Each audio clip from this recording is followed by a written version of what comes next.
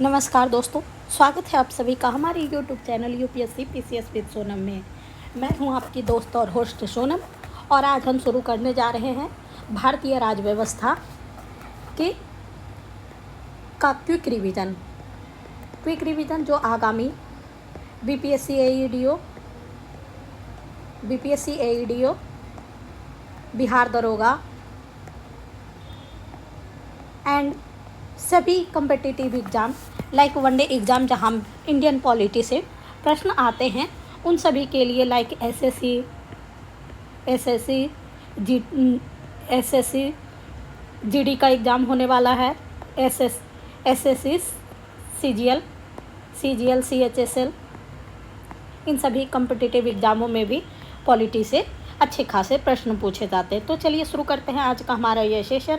और इससे पहले एक इंडेक्स है, इसमें हम भारतीय संविधान के प्रमुख तत्व, भारतीय संविधान, राष्ट्रीय प्रतीक, इन सभी के बारे में अध्ययन करेंगे जो एग्ज़ाम ओरिएंटेड होगा। तो संविधान सभा से संबंधित प्रमुख तत्व, संघ शक्ति समिति के अध्यक्ष थे जवाहरलाल नेहरू, संघीय संविधान समिति के अध्यक्ष भी थे जवाहरलाल नेहरू, प्रांतीय संविधान समिति के अध्यक्ष सरदार वल्लभ भाई पटेल, प्रारूप समिति के अध्यक्ष डॉक्टर भीमराव अंबेडकर, मौलिक अधिकार एवं अल्पसंख्यकों संबंधी समिति के अध्यक्ष सरदार वल्लभ भाई पटेल, राष्ट्रीय ध्वज संबंधित तदार्थ समिति के अध्यक्ष डॉक्टर राजेंद्र प्रसाद। हमारे संविधान में कुल 22 भाग हैं। पहले भाग का विषय है संघ और उसका राज्य क्षेत्र और उससे संबंधित अनुच्छेद है 1 से 4 तक। दूसरे भाग में नागरिकता है और उससे संबंधित अनुच्छेद है 5 से 11 तक। तीसरे भाग में मौलिक अधिकार है और उससे संबंधित अनुच्छेद है 12 से 35 तक। चौथे भाग में राज्य की नीति निर्देशक तत्व है और उससे संबंधित अनुच्छेद है 36 से 31 तक। भाग 4 क में मूल कर्तव्य है और इससे संबंधित अनुच्छेद है 51 का। भाग 5 में संघ से संबंधित उपबंध है और इसके लिए है आर्टिकल 52 से 151 तक। राज्य से संबंधित उपबंध के लिए भाग 6 में राज्य से संबंधित उपबंध है और इससे संबंधित आर्टिकल है 152 से 237। भाग 8 में संघ राज्य क्षेत्र है और इससे संबंधित आर्टिकल है 239 से 242। भाग 9 में पंचायती राज है, पंचायत है और इससे संबंधित है 243 से 243(9) तक। भाग 9 क में नगर पालिका है और इससे संबंधित अनुच्छेद है 243 से 243(6) तक। भाग 9 ख में सहकारी समिति का विषय है और इससे संबंधित अनुच्छेद है 243(ZH) से 243(ZT) तक। भाग 10 का विषय है अनुसूचित और जनजाति क्षेत्र, इससे संबंधित अनुच्छेद है 244 से 244 क तक। भाग 11 से संबंधित विषय है संघ और राज्य के बीच संबंध और संबंधित आर्टिकल है 245 से 263 तक। भाग 12 में वित्त, संपत्ति, संविदा और वाद से संबंधित विषय है जिसका अनुच्छेद है 264 से 300 क तक। नेक्स्ट भाग है 13 का, भारत के राज्य क्षेत्र के भीतर व्यापार, वाणिज्य और समागम का विषय है और संबंधित अनुच्छेद है 301 से 307। भाग 14 में संघ एवं राज्य के अधीन सेवाएं हैं और अनुच्छेद है 308 से 323। भाग 14 का में अधिकरण है और अधिकरण से संबंधित आर्टिकल है 323 क से 323 ख तक। भाग 15 में निर्वाचन का विषय है और इससे संबंधित आर्टिकल है 324 से 329 तक। भाग 16 में कुछ विशेष वर्गों से संबंधित विशेष प्रावधान है और इसके संबंधित विषय है 330 से 342 तक। नेक्स्ट है भाग 17 में राजभाषा है और इससे संबंधित अनुच्छेद है 343 से 351 तक। भाग 18 में आपातकालीन उपबंध है 352 से 360 तक। भाग 19 में प्रकीर्णन है 361 से 367 तक। भाग 20 में संविधान का संशोधन है और संविधान संशोधन से संबंधित आर्टिकल है 368। भाग 21 में अस्थायी संक्रमणकालीन और विशेष उपबंध है और इससे संबंधित आर्टिकल है 369 से 392 तक। और भाग 22 में संक्षिप्त नाम, प्रारंभ, हिंदी में प्राधिकृत पाठ और निरसन है और इससे संबंधित आर्टिकल है 393 से 395 तक। नेक्स्ट है हमारे संविधान की अनुसूचियाँ। हमारे संविधान में कुल 12 अनुसूचियाँ हैं और पहली अनुसूची का विषय है राज्य एवं संघ राज्य क्षेत्र। दूसरी अनुसूची राष्ट्रपति तथा अन्य पदाधिकारियों के वेतन भत्ते एवं पेंशन से संबंधित है।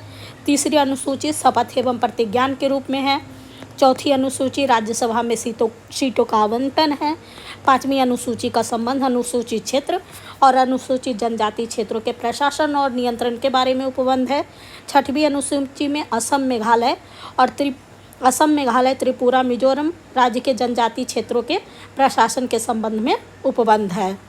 सातवीं अनुसूची में संघ सूची, राज्य सूची और संवर्ती सूची में केंद्र और राज्यों के मध्य शक्तियों का विभाजन है। आठवीं अनुसूची में भाषाएं हैं। नौवीं अनुसूची में कुछ अधिनियम और विनियमों का विधि मान्यकरण है। 10वीं अनुसूची में दल बदल के आधार पर अयोग्यता का वर्णन है। 11वीं अनुसूची पंचायतों से संबंधित है और 12वीं अनुसूची नगर पालिका से। 6 संविधान के स्रोत और उनकी विशेषताएं। तो भारत के संविधान का स्रोत है भारत शासन अधिनियम 1935 और इससे संघीय व्यवस्था, राज्यपाल का कार्यकाल, न्यायपालिका, लोक सेवा आयोग, आपातकालीन उपबंध और प्रशासनिक विवरण लिया गया है। ब्रिटेन के संविधान से विधि का शासन, संसदीय व्यवस्था, विधान प्रक्रिया, एकल नागरिकता, मंत्रिमंडल प्रणाली, परमाधिकार लेख और संसदीय विशेषाधिकार और द्विसदनवाद लिया गया है। संयुक्त राज्य अमेरिका के संविधान से मूल अधिकार, न्यायपालिका की स्वतंत्रता, उपराष्ट्रपति का पद, न्यायिक पुनर्वलोकन का सिद्धांत, उच्चतम और उच्च न्यायालय के न्यायाधीशों का पद से हटाया जाना और राष्ट्रपति पे महाभियोग। आयरलैंड के संविधान से राज्य के नीति निर्देशक तत्व, राष्ट्रपति की निर्वाचन पद्धति और राज्यसभा के लिए सदस्यों का नामांकन लिया गया है। हमारे संविधान का निर्माण विभिन्न देशों के संविधान के प्रमुख तत्वों का अध्ययन करके और उनसे कुछ विशेष तत्वों को हमारे संविधान में समाविष्ट किया गया है। कनाडा से सशक्त केंद्र के साथ संघीय व्यवस्था, अपशिष्ट शक्तियों का केंद्र में निहित होना, केंद्र द्वारा राज्य के राज्यपाल की नियुक्ति और उच्चतम न्यायालय की परामर्शी न्याय निर्णयन। ऑस्ट्रेलिया के संविधान से संवर्ती सूची, व्यापार, वाणिज्य और समागम की स्वतंत्रता को संसद और दोनों सदनों की संयुक्त बैठक को लिया गया है। जर्मनी का वाइमर संविधान से आपातकाल के समय मूल अधिकारों का स्थगन को लिया गया है। सोवियत संघ रूस से मूल कर्तव्य और प्रस्तावना में न्याय यानी कि सामाजिक, आर्थिक और राजनीतिक न्याय का आदर्श लिया गया है। फ्रांस से गणतंत्रात्मक और प्रस्तावना में स्वतंत्रता, समता और बंधुता के आदर्श को लिया गया है। दक्षिण अफ्रीका के संविधान से संविधान में संशोधन की प्रक्रिया और राज्यसभा के सदस्यों का निर्वाचन लिया गया है और जापान के संविधान से विधि द्वारा स्थापित प्रक्रिया को लिया गया है। नेक्स्ट है रेगुलेटिंग एक्ट 1773। इसमें प्रमुख प्रावधान थे ब्रिटिश सांसद द्वारा पारित किया जाता था। उद्देश्य था कंपनी में व्याप्त भ्रष्टाचार और कुशासन को दूर करना और साथ ही इसके तहत मद्रास और बम्बई प्रेसिडेंसी को कलकत्ता प्रेसिडेंसी के अधीन किया गया और 1774 में कलकत्ता में सर्वोच्च न्यायालय की स्थापना की गई और बंगाल का गवर्नर जनरल हो गया। उसके बाद पिट्स इंडिया एक्ट के प्रमुख प्रावधान थे कंपनी के मामले में सरकारी नियंत्रण में वृद्धि हुआ, नियंत्रण बोर्ड का गठन किया गया और कंपनी के व्यापार में हस्तक्षेप की नीति लाई गई और कंपनियों के व्यापारिक और राजनीतिक कार्यों को अलग किया गया। उसके बाद एक्ट ऑफ सेटलमेंट 1786 विशेष परिस्थितियों में गवर्नर जनरल को परिषद के निर्णय रद्द करने तथा अपने निर्णय को लागू करने का अधिकार। हालांकि mostly regulating act, Pitt's India act से क्वेश्चन पूछा जाता है। उसके बाद चार्टर्ड एक्ट 1813 से भी प्रश्न आते हैं। इसमें कंपनी का व्यापारिक एकाधिकार खत्म कर दिया गया, चाय और चीन से व्यापार को छोड़कर, और कंपनी को अगले 20 वर्षों के लिए भारतीय प्रदेश तथा राजस्व पर नियंत्रण का अधिकार दिया गया। उसके बाद चार्टर्ड एक्ट 1833, इसमें कंपनी के सभी वाणिज्यिक अधिकार को समाप्त कर दिया गया और कंपनी कंपनी को केवल राजनीतिक कार्य करने का प्रावधान था और साथ ही अब बंगाल के गवर्नर जनरल को भारत का गवर्नर जनरल बना दिया गया। तो इसमें से सबसे एक इम्पॉर्टेंट प्रावधान है कि चार्टर्ड एक्ट 1833 के तहत बंगाल के गवर्नर जनरल को भारत का गवर्नर जनरल बना के दिया गया। वहीं रेगुलेटिंग एक्ट 1773 के तहत बंगाल के गवर्नर को बंगाल का गवर्नर जनरल बनाया गया था। यहाँ पे ये दोनों मोस्ट कन्फ्यूजिंग पॉइंट्स होते हैं। चार्टर्ड एक्ट 1853, इसमें निदेशक मंडल में सदस्य 24 से घटकर 18 हो गए और सरकारी सेवा में महत्वपूर्ण पद को भरने के लिए प्रतियोगिता परीक्षा की शुरुआत की गई। उसके बाद है भारत सरकार अधिनियम 1858। भारत प्रशासन कंपनी से क्राउन के हाथ में चला गया। कोर्ट ऑफ डायरेक्टर तथा बोर्ड ऑफ डायरेक्टर समाप्त कर समस्त अधिकार ब्रिटिश मंत्रिमंडल में गठित सदस्य भारत राज्य सचिव को दे दिया गया। 15 सदस्यीय भारत परिषद भारत राज्य सचिव की सहायता के लिए गठन किया गया। गवर्नर जनरल भारत का वाइसराय बन गया और ब्रिटिश ताज का प्रतिनिधि भी।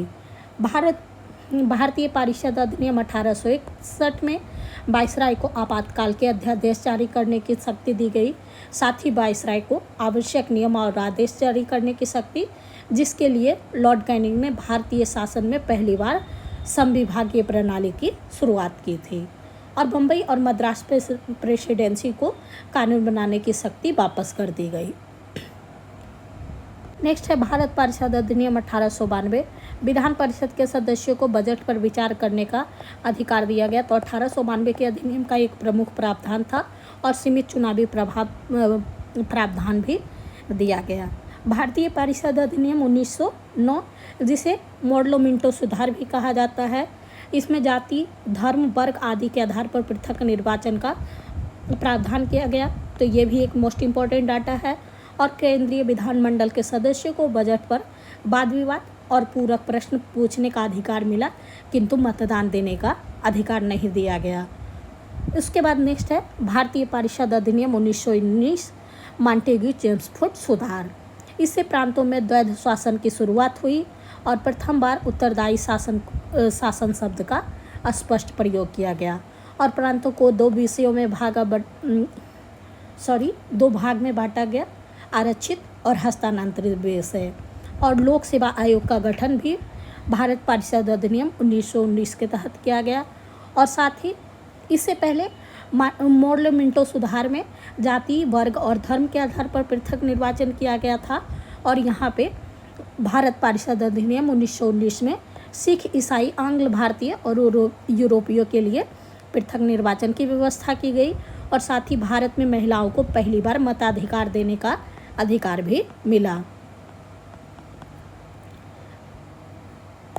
ये भी एक इम्पोर्टेंट है भारत शासन अधिनियम। इसमें प्रांतों में द्वैध शासन को समाप्त कर दिया गया, यानी कि द्वैध शासन को प्रांतों में द्वैध शासन की शुरुआत हुई थी मॉन्टेग्यू चेम्सफोर्ड अधिनियम 1919 के द्वारा और इसकी समाप्ति हुई भारत शासन अधिनियम 1935 के द्वारा। अब प्रांतों में द्वैध शासन को समाप्त कर केंद्र में द्वैध शासन को लागू किया गया, यानी कि डुअल गवर्नेंस। केंद्र और राज्य की इकाइयों के मध्य शक्तियों का विभाजन किया गया। संघ, राज्य और समवर्ती सूची में संघीय न्यायालय का प्रावधान किया गया और बर्मा भारत से अलग हो गया भारत शासन अधिनियम के टाइम में। और भारतीय रिजर्व बैंक की स्थापना हुई थी और संघीय लोक सेवा आयोग, प्रांतीय लोक सेवा आयोग एवं संयुक्त लोक सेवा आयोग का भी स्थापना हुआ था भारत शासन अधिनियम 1935 के तहत। नेक्स्ट है भारतीय स्वतंत्रता अधिनियम। इसके द्वारा माउंटबेटन योजना को वैधानिक रूप दिया गया और 15 अगस्त 1947 को भारत एवं पाकिस्तान नामक दो अधिराज्य बने। नए संविधान निर्माण होने तक दोनों राज्यों का प्रशासन भारत शासन अधिनियम 1935 के अनुसार चलेगा। नेक्स्ट है स्वतंत्रता पूर्व गठित पहला मंत्रिमंडल। तो जवाहरलाल नेहरू राष्ट्रमंडल संबंध तथा विदेश मामले का विभाग था। सरदार वल्लभ भाई पटेल गृह, सूचना एवं प्रसारण विभाग था। सरदार बलदेव सिंह रक्षा विभाग था जॉन मथई उद्योग एवं नागरिक आपूर्ति, जगजीवन राम श्रम विभाग, CH भाभा कार्य खनन एवं ऊर्जा विभाग, डॉक्टर राजेंद्र प्रसाद खाद्य एवं कृषि विभाग, आसफ अली को रेलवे और परिवहन दिया गया था, C राजगोपालाचारी शिक्षा एवं कला विभाग, I चुंदरीगर को वाणिज्य विभाग, लियाकत अली को वित्त विभाग, अब्दुल रब निस्तार को डाक एवं वायु विभाग, गंजाफर अली खान को स्वास्थ्य विभाग और जोगेंद्र नाथ मंडल को विधि विभाग दिया गया। अंतरिम सरकार के सदस्य वायसराय की कार्यकारिणी के सदस्य थे और जिसके अध्यक्ष वायसराय तथा उपाध्यक्ष जवाहरलाल नेहरू थे। नेक्स्ट है स्वतंत्र भारत का पहला मंत्रिमंडल। जवाहरलाल नेहरू के पास प्रधानमंत्री, वैज्ञानिक शोध एवं राष्ट्रमंडल तथा विदेशी मामले थे। सरदार वल्लभ भाई पटेल गृह, सूचना एवं प्रसारण और राज्य के मामले के विभाग थे। सरदार बलदेव सिंह रक्षा मंत्री, डॉक्टर श्यामा प्रसाद मुखर्जी उद्योग एवं नागरिक आपूर्ति, जगजीवन राम को श्रम विभाग, BN गाडगिल को कार्य खनन एवं ऊर्जा विभाग दिया गया, डॉक्टर राजेंद्र प्रसाद को खाद्य एवं कृषि विभाग, जॉन मथई को रेलवे एवं परिवहन विभाग, मौलाना अबुल कलाम आज़ाद को शिक्षा विभाग दिया गया, CH भाभा को वाणिज्य विभाग दिया गया, RK षणमुखम चेट्टी को वित्त विभाग और रफ़ी अहमद किदवई को संचार विभाग और राजकुमारी अमृत कौर को स्वास्थ्य विभाग और डॉक्टर भीमराव अम्बेडकर को विधि विभाग दिया गया। नेक्स्ट है संविधान सभा। तो संविधान सभा के अस्थायी अध्यक्ष राजेंद्र प्रसाद थे और इसकी पहली बैठक हुई थी 9 दिसंबर 1946 को। इसमें कुल 15 महिलाएं थी और कुल 11 अधिवेशन हुआ था और उनका चुनाव हुआ था अप्रत्यक्ष निर्वाचन के आधार पर और प्रथम बैठक की अध्यक्षता की थी डॉक्टर सच्चिदानंद सिन्हा ने। संवैधानिक सलाहकार थे डॉक्टर BN राव। संविधान सभा के सदस्य निर्वाचित किए गए थे तो प्रति 10 लाख व्यक्ति पर एक प्रतिनिधि के अनुपात में। वहीं संविधान सभा का गठन कैबिनेट मिशन 1946 द्वारा किया गया था और इसकी अंतिम बैठक हुई थी 26 जनवरी 1950 को और संविधान को 26 जनवरी 1949 को अंगीकृत किया गया। कुल 11 अधिवेशन हुए इसमें कुल 299 सदस्य थे और विभाजन से पूर्व 389 सदस्य थे। निर्माण में 2 वर्ष 11 माह और 18 दिन का समय लगा। नेक्स्ट है प्रारूप समिति का गठन हुआ था 29 अगस्त 1947 को और इसमें कुल 7 सदस्य थे अध्यक्ष सहित और इसके अध्यक्ष थे डॉक्टर भीमराव अंबेडकर और इसके सदस्य थे N गोपालास्वामी अयंगर, अलादी कृष्णा स्वामी अय्यर, KM मुंशी, मोहम्मद सादुल्ला, BL मित्र और DP खेतान। बाद में स्थान लिया तो BL मित्र का स्थान N माधवराव ने लिया और DP खेतान का TT कृष्णमाचारी ने स्थान लिया था। और संविधान के स्रोत प्रस्तावना के प्रमुख तत्व में संविधान का स्रोत है हम भारत के लोग अर्थात भारत की जनता और संविधान का स्वरूप है संपूर्ण प्रभुत्व। हम भारत के लोग अर्थात भारत की जनता। इसका अर्थ है कि संविधान की शक्ति का अंतिम स्रोत भारत की जनता है और संविधान को जनता ने ही स्वीकार और आत्मार्पित किया था। संपूर्ण प्रभुत्व इसका अर्थ है भारत अपने आंतरिक और बाह्य मामले में निर्णय लेने के लिए पूरी तरह से स्वतंत्र है। समाजवादी इसका लक्ष्य है सामाजिक और आर्थिक समानता लाना। पंथ निरपेक्ष राज्य का अपना कोई धर्म नहीं है, राज्य का धर्म नहीं है और सभी धर्म को समानता प्राप्त है। लोकतंत्रात्मक गणराज्य का अर्थ है शासन की शक्ति जनता के हाथ में है और देश का प्रमुख चुनाव के माध्यम से चुना जाता है न कि वंशानुगत होता है। और संविधान का उद्देश्य है न्याय और न्याय तीन प्रकार के न्याय की बात की गई है। सामाजिक, आर्थिक और राजनीतिक न्याय। स्वतंत्रता यानी कि नागरिक को विचार, अभिव्यक्ति, विश्वास, धर्म और उपासना की स्वतंत्रता दी गई है, और प्रतिष्ठा और अवसर की समानता प्रदान करना है, और व्यक्ति की गरिमा, राष्ट्र की एकता और अखंडता सुनिश्चित करना है, और बंधुता को बढ़ावा देना हमारे संविधान का मुख्य उद्देश्य है। नेक्स्ट है प्रस्तावना। इसे प्रस्तुत किया गया था 13 दिसंबर 1946 को, और इसके प्रस्तुतकर्ता थे जवाहरलाल नेहरू। वहीं 42वें संविधान संशोधन 1976 द्वारा समाजवादी, पंथनिरपेक्ष और अखंडता शब्द को जोड़ा गया। और उद्देशिका पर उच्चतम न्यायालय के प्रमुख वाद हैं। तो संविधान का भाग स्वीकृत किया गया, बम्बई बनाम यूनियन ऑफ इंडिया बाद में, धारणा प्रस्तुत तथा केशवानंद भारती बाद में स्वीकृत किया गया।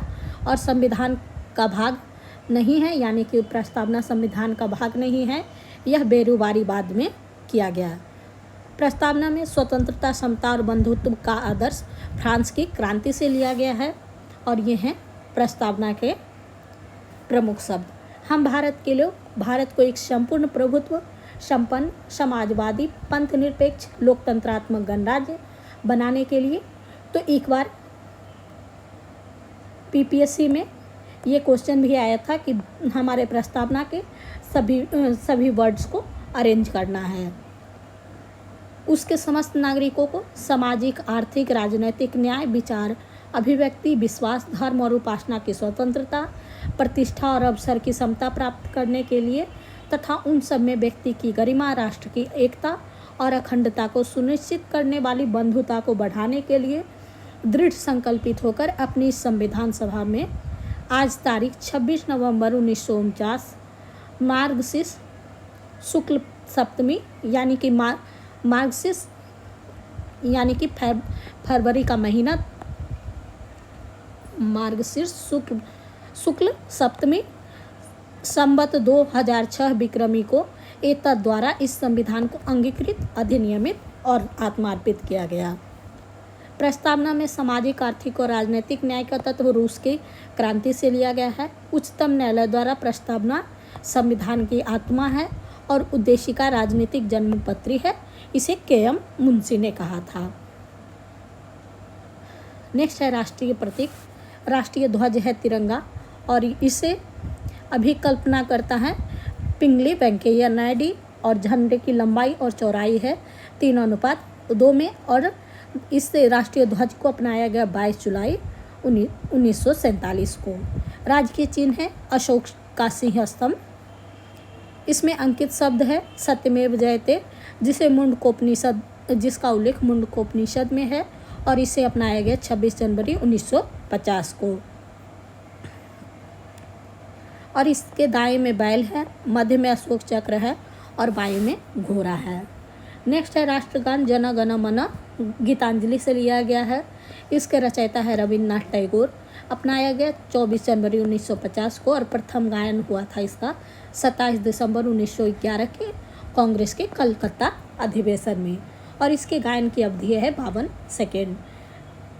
हमारा राष्ट्रीय गान जन गण मन है और राष्ट्रीय गीत है वंदे मातरम, और इसे आनंद मठ से लिया गया है, और इसके रचयिता है बंकिम चंद्र चटर्जी, और इसे अपनाया गया 24 जनवरी 1950 को, और इसका प्रथम गायन गाया गया था 1896 में। नेक्स्ट है राष्ट्रीय पंचांग। यह आधारित है शक संवत पर ग्रेगोरियन कैलेंडर के साथ। इसे अपनाया गया था 22 मार्च 1957 को, और 22 मार्च को हमारा राष्ट्रीय पंचांग भी है, और 22 मार्च को बिहार दिवस भी मनाया जाता है। और प्रथम माह चैत्र है और अंतिम माह फाल्गुन है। राष्ट्रीय वृक्ष है बरगद, राष्ट्रीय नदी है गंगा, राष्ट्रीय पशु बाघ, राष्ट्रीय पक्षी मोर, राष्ट्रीय पुष्प कमल, राष्ट्रीय विरासत पशु हाथी, राष्ट्रीय जलीय जीव डॉल्फिन, राष्ट्रीय फल आम, और राष्ट्रीय मुद्रा रुपया है। नेक्स्ट है संघ और राज्य क्षेत्र। महाराष्ट्र और गुजरात 1960 में बना, बम्बई से पृथक होकर दादर एवं नगर हवेली 1961 में 10वें संविधान संशोधन द्वारा बना। इससे पूर्व पुर्तगालियों का शासन था। गोवा, दमन व दीव 1962 में गोवा को संघ क्षेत्र और 1987 में इसे पूर्ण राज्य का दर्जा प्राप्त हुआ। पांडिचेरी, जिसे वर्तमान में पुदुचेरी भी कहा जाता है, 14वां संविधान संशोधन 1962 द्वारा संघ शासित प्रदेश बना। पहले फ्रांसीसियों का शासन था। कराईकाल, माहे और यमन को पांडिचेरी माना गया है, यानी कि कराईकल, माहे और यमन पांडिचेरी का क्षेत्र है। 16वां राज्य नागालैंड है, 1963 में बना, नागा पहाड़ी और त्वेनसांग क्षेत्र को सम्मिलित करके। 17वां राज्य 1966 में हरियाणा बना, पंजाब से अलग होकर के, और एक केंद्र शासित प्रदेश बना 1966 में, चंडीगढ़, पंजाब से अलग होकर के। 18वां राज्य हिमाचल प्रदेश 1871 में बना, पंजाब के पहाड़ी क्षेत्र से पृथक होकर के। 19वां राज्य मणिपुर बना 1972 में। 20वां राज्य त्रिपुरा बना 1972 में। 21वां राज्य मेघालय बना। 22वें संविधान संशोधन 1969 द्वारा स्वायत्त शासी प्रदेश इसे स्वायत्त शासी प्रदेश बना और 1972 में इसे पूर्ण राज्य का दर्जा मिला। 22वां राज्य सिक्किम बना। 35वां संविधान संशोधन 1974 द्वारा सह राज्य का दर्जा मिला। वहीं 36वां संविधान संशोधन 1975 द्वारा पूर्ण राज्य का दर्जा दिया गया। इससे पूर्व इसमें चोंगियाल वंश का शासनकाल था। 23वां राज्य मिजोरम 1987 में बना। 24वां अरुणाचल प्रदेश भी 1987 में बना। 25वां राज्य गोवा दमन एवं द्वीप पुनर्गठन अधिनियम 1987 के द्वारा बना। 26वां राज्य छत्तीसगढ़ मध्य प्रदेश पुनर्गठन अधिनियम 2001 द्वारा 1 नवंबर को मध्य प्रदेश से पृथक होकर। उत्तराखंड 27वां राज्य बना। उत्तर प्रदेश पुनर्गठन अधिनियम 2000 को 9 नवंबर को उत्तर प्रदेश से पृथक होकर के। 28वां राज्य झारखंड बिहार पुनर्गठन अधिनियम 2000 में 15 नवंबर को बना, बिहार से। और 29वां राज्य तेलंगाना आंध्र प्रदेश पुनर्गठन अधिनियम 2014 द्वारा आंध्र प्रदेश से अलग होकर के। नेक्स्ट है संघ और इसके क्षेत्रों से संबंधित अनुच्छेद। अनुच्छेद 1 में संघ और इसका राज्य क्षेत्र है। अनुच्छेद 2 में नए राज्यों के प्रवेश स्थापना का अधिकार सांसद को दिया गया है। अनुच्छेद 3 में सांसद द्वारा नए राज्यों का निर्माण व राज्य का क्षेत्र, सीमा व नाम में परिवर्तन का अधिकार दिया गया है। अनुच्छेद 2 व 3 में संशोधन साधारण संशोधन के द्वारा किया जा सकता है। नेक्स्ट है राज्य क्षेत्र के नामों में परिवर्तन। 24 जनवरी 1950 से पूर्व उत्तर प्रदेश का नाम था संयुक्त प्रांत। 1 नवंबर 1956 से पहले त्रावणकोर और कोचीन था, वर्तमान में केरल है। 14 जनवरी 1969 से पहले मद्रास था, वर्तमान में तमिलनाडु। 1973 में मैसूर, वर्तमान में कर्नाटक राज्य है। 1 नवंबर 1973 तक लाक्षद्वीप, मिनिकॉय और अमीन द्वीप था, वर्तमान में लक्षद्वीप इसका नाम है। 1992 से पूर्व दिल्ली नाम था, वर्तमान में राष्ट्रीय राजधानी क्षेत्र दिल्ली यानी कि NCR। 2007 से पहले उत्तरांचल था, वर्तमान नाम उत्तराखंड है। 2006 से पूर्व पांडिचेरी था, वर्तमान नाम पुदुचेरी है। 2011 से पूर्व उड़ीसा था, वर्तमान में ओडिशा नाम है। नेक्स्ट है नागरिकता के संबंधित उपबंध।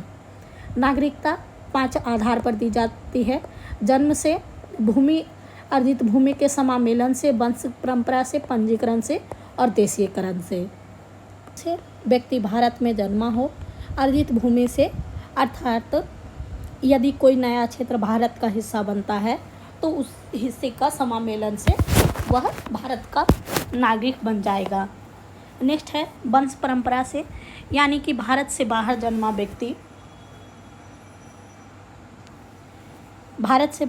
व्यक्ति जिसके माता पिता भारतीय नागरिक हो। पंजीकरण से, यानी कि आवेदन के माध्यम से जब वह निर्धारित शर्तों को पूरा करता है। और देशीयकरण से, यानी लंबे समय तक भारत में रहने वाले विदेशी नागरिकों के लिए। वही नागरिकता का लोप 3 तरीके से होता है। किसी अन्य देश की नागरिकता ग्रहण करने पर, यानी कि कोई नागरिक स्वेच्छा से किसी अन्य देश की नागरिकता ग्रहण कर लेता है तो उसकी भारतीय नागरिकता का लोप हो जाता है। नागरिकता का त्याग करने पर कोई भी व्यक्ति स्वेच्छा से भारतीय नागरिकता को छोड़ने की घोषणा करता है तो उसके भारतीय नागरिकता समाप्त हो जाती है। और सरकार द्वारा वंचित करने पर धोखाधड़ी से नागरिकता पाने या संविधान के प्रति निष्ठा न रखने जैसे गंभीर कारणों से सरकार द्वारा नागरिकता छीनी जाती है।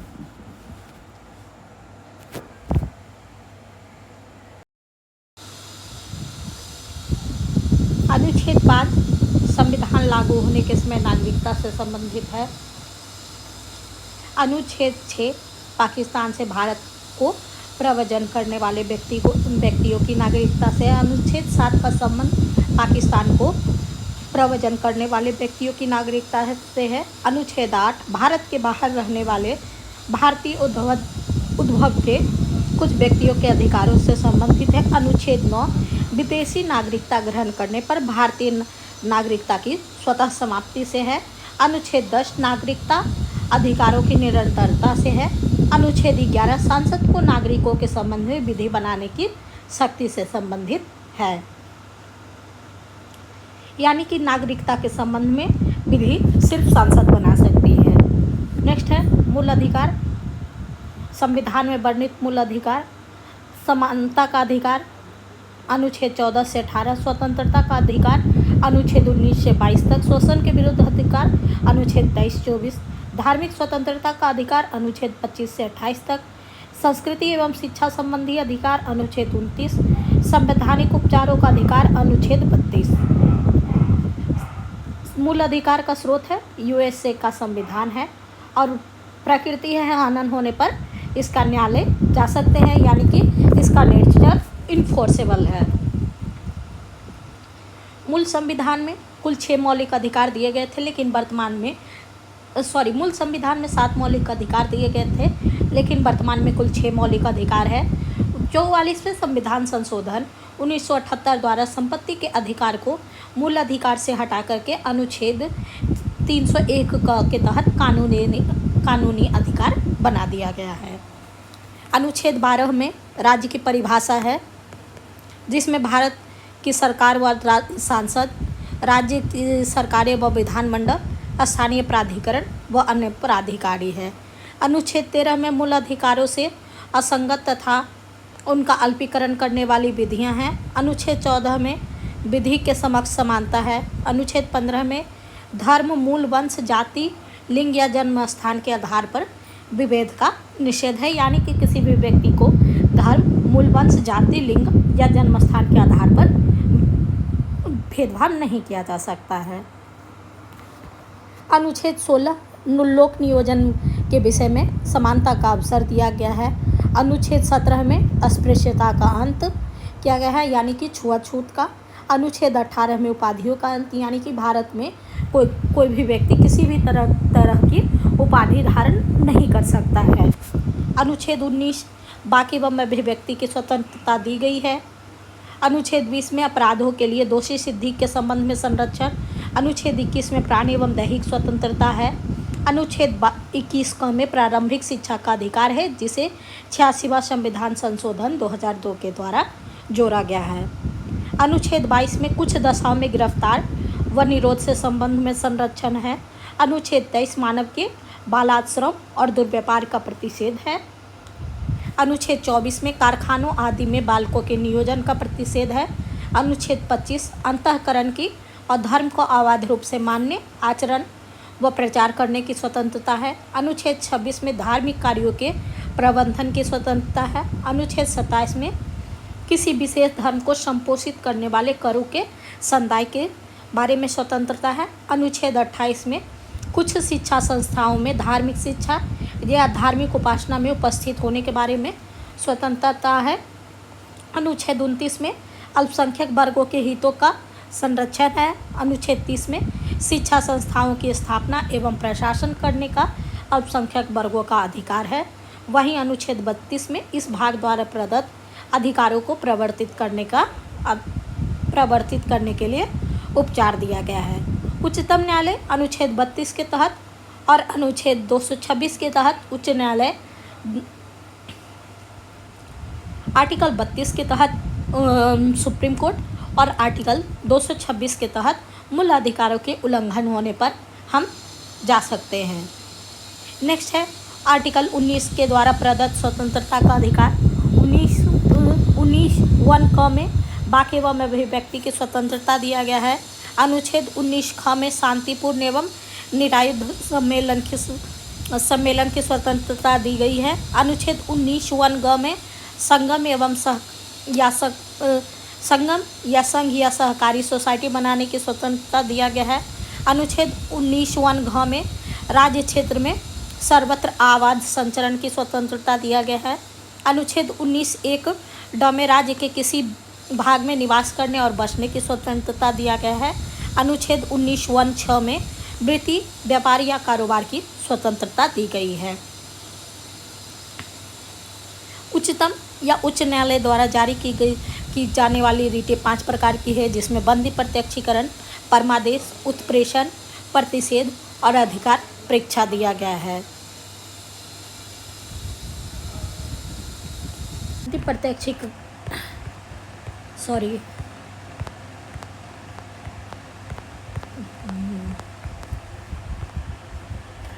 बंदी प्रत्यक्षीकरण का अर्थ होता है सशरीर उपस्थित होना,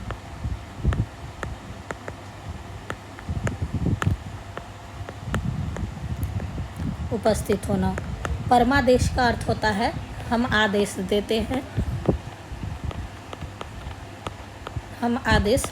देते हैं, यानी यह किसी सार्वजनिक अधिकारी को अपने कर्तव्य निभाने के लिए जारी किया जाता है। प्रतिषेध का अर्थ होता है रोकना।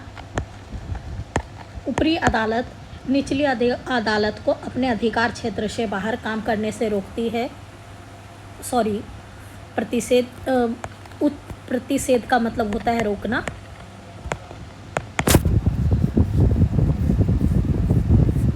और उत्प्रेषण का अर्थ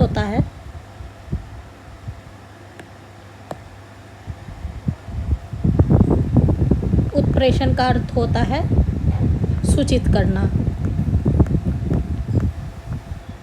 यानी कि निचली अदालत को किसी निर्णय को रद्द करने या मामले को ऊपरी अदालत में भेजने के लिए सूचित करना।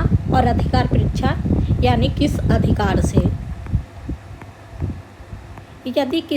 यदि कोई व्यक्ति बिना योग्यता के किसी सार्वजनिक पद पर बैठता है तो कोर्ट उससे उसका आधार पूछ सकती है।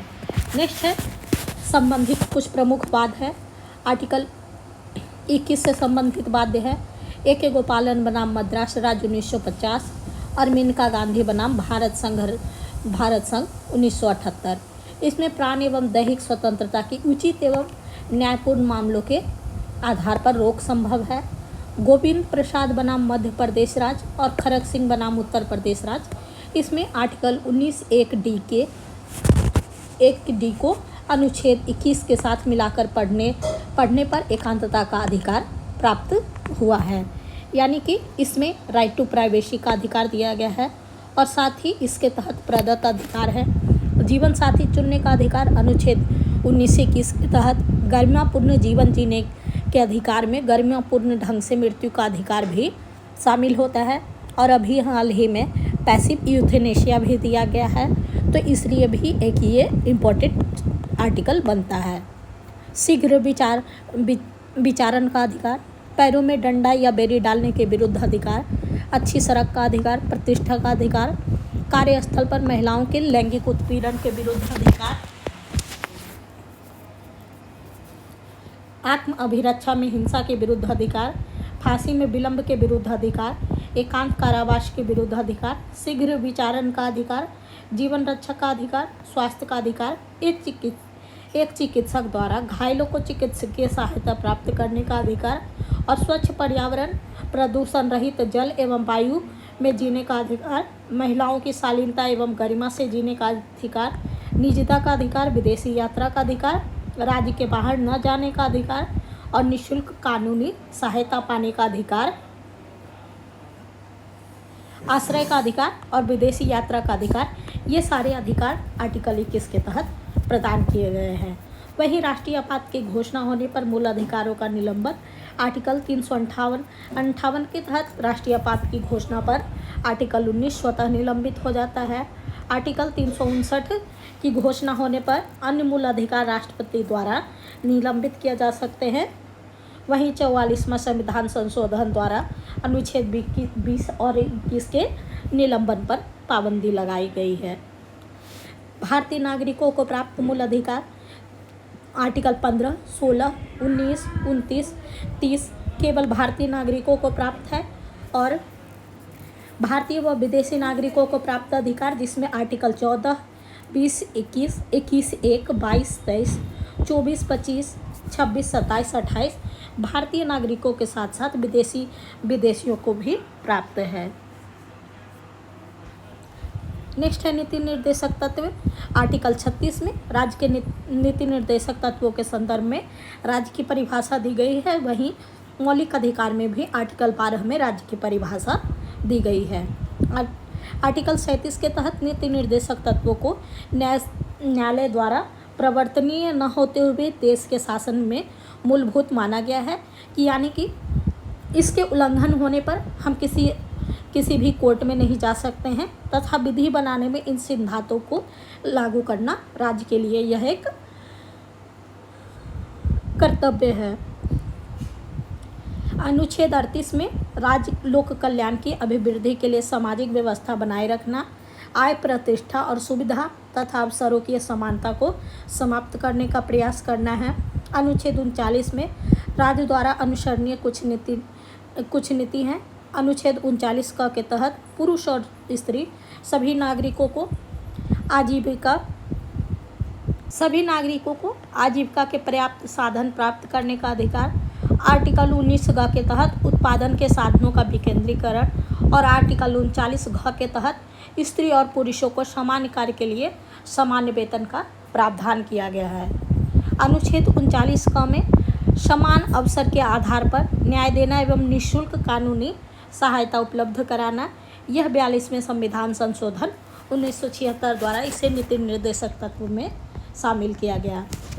अनुच्छेद 40 में ग्राम पंचायतों का गठन कर स्वायत्त शक्ति और प्राधिकार को प्रदान करना है। अनुच्छेद 41 में कुछ दशाओं में विशेषतः बुढ़ापे, बेरोजगारी, बीमारी, अशक्तता आदि की दशा में काम, शिक्षा एवं लोक सहायता पाने का अधिकार सुनिश्चित करने के लिए राज्य प्रभावी प्रावधान करेगा। अनुच्छेद 42 के तहत कार्य की न्याय संगत एवं मानवीय दशाओं का और मातृत्व सुरक्षा हेतु सहायता का उपबंध है। अनुच्छेद 43 के तहत कर्मचारियों को निर्वाह मजदूरी एवं कुटीर उद्योग का विकास है। अनुच्छेद 43 का उद्योगों के प्रबंधन में मजदूरों की भागीदारी के लिए उपयुक्त विधान बनाना 42वें संविधान संशोधन अधिनियम द्वारा जोड़ा गया। वहीं 97वां संविधान संशोधन अधिनियम द्वारा सहकारी समितियों का उन्नयन आर्टिकल 43 ख के तहत किया गया और आर्टिकल 44 में नागरिकों के लिए एक समान नागरिक संहिता का प्रयास किया गया है, यानी यूनियन सिविल कोड।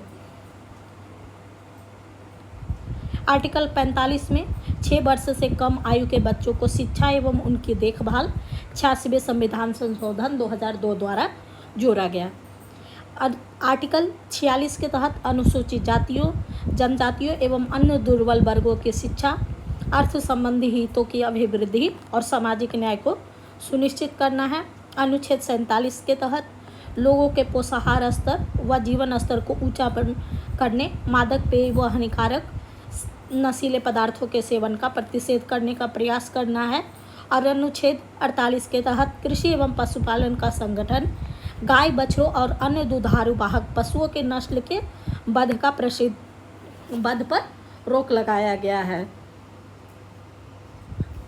अनुच्छेद 48 का इसे 42वां संविधान संशोधन द्वारा जोड़ा गया। पर्यावरण के संरक्षण, संवर्धन तथा वन एवं वन जीवों की रक्षा का प्रयास करना है। अनुच्छेद 39 राष्ट्रीय महत्व के स्मारक, स्थान और वस्तुओं का संरक्षण शामिल किया गया है। अनुच्छेद 50 में राज्य की लोक सेवाओं में कार्यपालिका से न्यायपालिका के पृथक पृथक्करण हेतु राज्य द्वारा कदम उठाना है। और अनुच्छेद 51 में अंतर्राष्ट्रीय शांति एवं सुरक्षा की अभिवृद्धि, राष्ट्रों के बीच न्याय संगत एवं सम्मानपूर्ण संबंध और अंतर्राष्ट्रीय विवादों को मध्यस्थता से निपटने के लिए प्रोत्साहन को शामिल किया गया है। वहीं नीति निर्देशक तत्वों को 3 भाग में वर्गीकरण किया गया है, जिसमें एक है गांधीवादी तत्व, दूसरा समाजवादी तत्व है और तीसरा उदारवादी तत्व है। गांधी तत्व में आर्टिकल 40, 43, 43 ख, 46, आर्टिकल 47 और आर्टिकल 48 को शामिल किया गया है। समाजवादी तत्व में आर्टिकल 38, आर्टिकल 39 क, आर्टिकल 41, 42, 43 और 43 क और आर्टिकल 47 को शामिल किया गया है। वहीं उदारवादी तत्व में अनुच्छेद 44, अनुच्छेद 45, अनुच्छेद 48, अनुच्छेद 48 को और अनुच्छेद 49 और अनुच्छेद 50 और 51 को शामिल किया गया है। साथ ही नीति निर्देशक तत्वों से संबंधित कुछ प्रमुख कथन हैं। डॉक्टर अंबेडकर ने नीति निर्देशक तत्वों का बहुत बड़ा मूल्य है और ये भारतीय राज्य व्यवस्था के लक्ष्य आर्थिक लोकतंत्र को निर्धारित करते हैं, जैसा कि राजनीतिक लोकतंत्र में प्रकट होता है। ग्रेनविल ऑस्टिन ने कहा है कि नीति निर्देशक तत्व सामाजिक क्रांति के उद्देश्य के प्राप्ति के माध्यम है। BN राव ने नीति निर्देशक तत्वों का राज्य प्राधिकारियों के लिए शैक्षणिक महत्व बताया। हमारे संविधान में कुल 11 मौलिक कर्तव्य दिए गए हैं और यह जिसमें से पहला मौलिक कर्तव्य है संविधान का पालन करें एवं उसके आदर्श संस्थाओं, राष्ट्रीय ध्वज और राष्ट्रगान का आदर करें। दूसरा मौलिक कर्तव्य है स्वतंत्रता के लिए हमारे राष्ट्रीय आंदोलन को प्रेरित करने वाले उच्च आदर्शों का हृदय में संजोए रखें और उसका पालन करें। तीसरा मौलिक कर्तव्य है भारत की संप्रभुता, एकता, अखंडता की रक्षा करें और उसे अक्षुण्ण बनाए रखें। देश की रक्षा करें और आह्वान किए जाने पर राष्ट्र सेवा भी हमारा एक मौलिक कर्तव्य है। भारत के सभी लोगों में समरसता, समान भ्रातृत्व की भावना का निर्माण करें, जो धर्म, भाषा, प्रदेश या वर्ग पर आधारित सभी भेदभाव से परे हो। ऐसी प्रथाओं का त्याग करें जो स्त्रियों के सम्मान के विरुद्ध हो। हमारी सांस्कृतिक संस्कृति की गौरवशाली परंपरा का महत्व समझे और उसका परिरक्षण करें। सातवां मौलिक कर्तव्य है प्राकृतिक पर्यावरण की, जिसके अंतर्गत वन, झील, नदी, वन्य जीव की रक्षा करें और उनके संवर्धन करें और प्राणी मात्र के प्रति दया का भाव रखें। आठवां मौलिक कर्तव्य है वैज्ञानिक दृष्टिकोण, मानववाद और ज्ञानार्जन तथा सुधार की भावना का विकास करें। नौवां मौलिक कर्तव्य है सार्वजनिक संपत्ति की सुरक्षा को सुरक्षित रखें और हिंसा से दूर रहें। 10वां मौलिक कर्तव्य है व्यक्तिगत और सामूहिक गतिविधि के सभी क्षेत्र में उत्कृष्टता की ओर बढ़ने का सतत प्रयास करें, जिससे राष्ट्र निरंतर बढ़ते हुए प्रयत्न और उपलब्धि की नई ऊंचाई को ले। 11वां मौलिक कर्तव्य है माता पिता या संरक्षक का कर्तव्य होगा कि वह 6 से 14 वर्ष के बच्चों की आयु के यथास्थिति अपने बच्चे अथवा प्रतिपाली को शिक्षा प्राप्त करने का अवसर प्रदान करे। उसके बाद है मौलिक कर्तव्यों से संबंधित कुछ प्रमुख तत्व। तो कुल 11 मौलिक कर्तव्य दिए गए हैं और इसके प्रेरणा का स्रोत है पूर्व सोवियत संघ, वर्तमान में रूस का संविधान। और इस मौलिक कर्तव्य स्वर्ण सिंह समिति की अनुशंसा पर की गई थी और जोड़ा गया है। तो 42वां संविधान संशोधन 1976 द्वारा मौलिक कर्तव्य को जोड़ा गया है और इसका उल्लेख संविधान के भाग 4 का अनुच्छेद 51 क में है। मौलिक कर्तव्य से संबंधित प्रमुख तत्व सरदार स्वर्ण सिंह समिति की अनुशंसा पर शुरुआत में केवल 10 मौलिक कर्तव्य जोड़े गए थे। वहीं 11वां मौलिक कर्तव्य 86वां संविधान संशोधन द्वारा 11वां मौलिक कर्तव्य 86वां संविधान संशोधन द्वारा जोड़ा गया और इसमें प्रावधान किया गया कि 6 से 14 वर्ष के बच्चों के माता पिता संरक्षकों का यह कर्तव्य होगा कि वे स्वयं पर आश्रित बच्चों को शिक्षा प्राप्त करने का अवसर प्रदान करें। उसके बाद है राष्ट्रपति से संबंधित अनुच्छेद 52 में कहा गया है कि भारत का एक राष्ट्रपति होगा। अनुच्छेद 53 संघ की समस्त कार्यपालिका शक्ति राष्ट्रपति में निहित होगी। अनुच्छेद 54 में राष्ट्रपति का निर्वाचन एक निर्वाचन मंडल द्वारा किया जाएगा। अनुच्छेद 55 में राष्ट्रपति के निर्वाचन की रीति का वर्णन है। अनुच्छेद 56 में राष्ट्रपति के पदावधि यानी कि पद ग्रहण करने की तारीख से 5 वर्षों तक। अनुच्छेद 57 में राष्ट्रपति के पद के लिए व्यक्ति पुनः निर्वाचन के पात्र होंगे। तो इस अनुच्छेद 56 में राष्ट्रपति के पुनर्निर्वाचन का भी उल्लेख है। अनुच्छेद 58 में राष्ट्रपति के लिए निर्वाचित होने के लिए शर्तों का उल्लेख किया गया है। और फिर अनुच्छेद 59 में राष्ट्रपति पद के लिए शर्तों का उल्लेख है। अनुच्छेद 58 में निर्वाचित होने के लिए क्या क्या जरूरी है और राष्ट्रपति पद के लिए क्या क्या शर्तें हैं, अनुच्छेद 59 में इसका जिक्र है। अनुच्छेद 60 में राष्ट्रपति द्वारा शपथ प्रतिज्ञान का उल्लेख है। वहीं अनुच्छेद 61 में राष्ट्रपति पर महाभियोग की प्रक्रिया का उल्लेख किया गया है। अनुच्छेद 62 में राष्ट्रपति के पद रिक्त को भरने के लिए चुनाव कराने का समय का उल्लेख किया गया है। अनुच्छेद 65 उपराष्ट्रपति का राष्ट्रपति के रूप में कार्य करना, यानी कि अगर वर्तमान राष्ट्रपति उपस्थित नहीं हो तो उनके कार्यों का निर्वहन उपराष्ट्रपति करेंगे। अनुच्छेद 71 राष्ट्रपति के चुनाव से संबंधित है।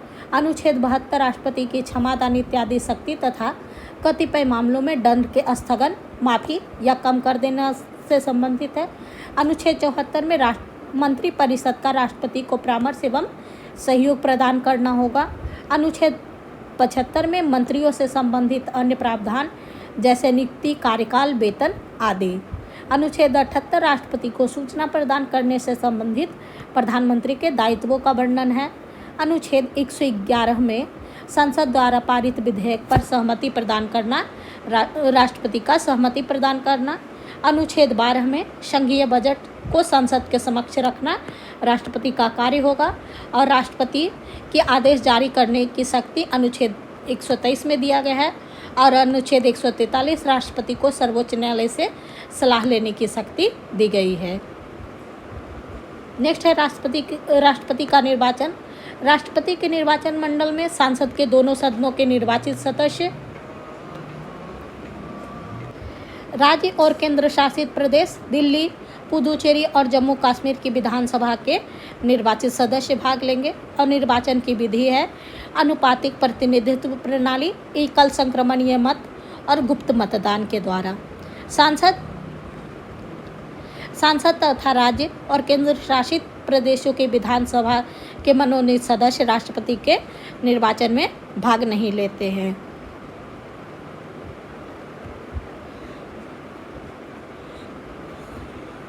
राष्ट्रपति पद के लिए अर्हता व्यक्ति भारत का नागरिक होना चाहिए, उसकी आयु 35 वर्ष पूरी हो चुका होना चाहिए और लोकसभा का सदस्य निर्वाचित होने की योग्यता होना चाहिए। साथ ही व्यक्ति केंद्र, राज्य या स्थानीय सरकार में लाभ के पद पर नहीं होना चाहिए।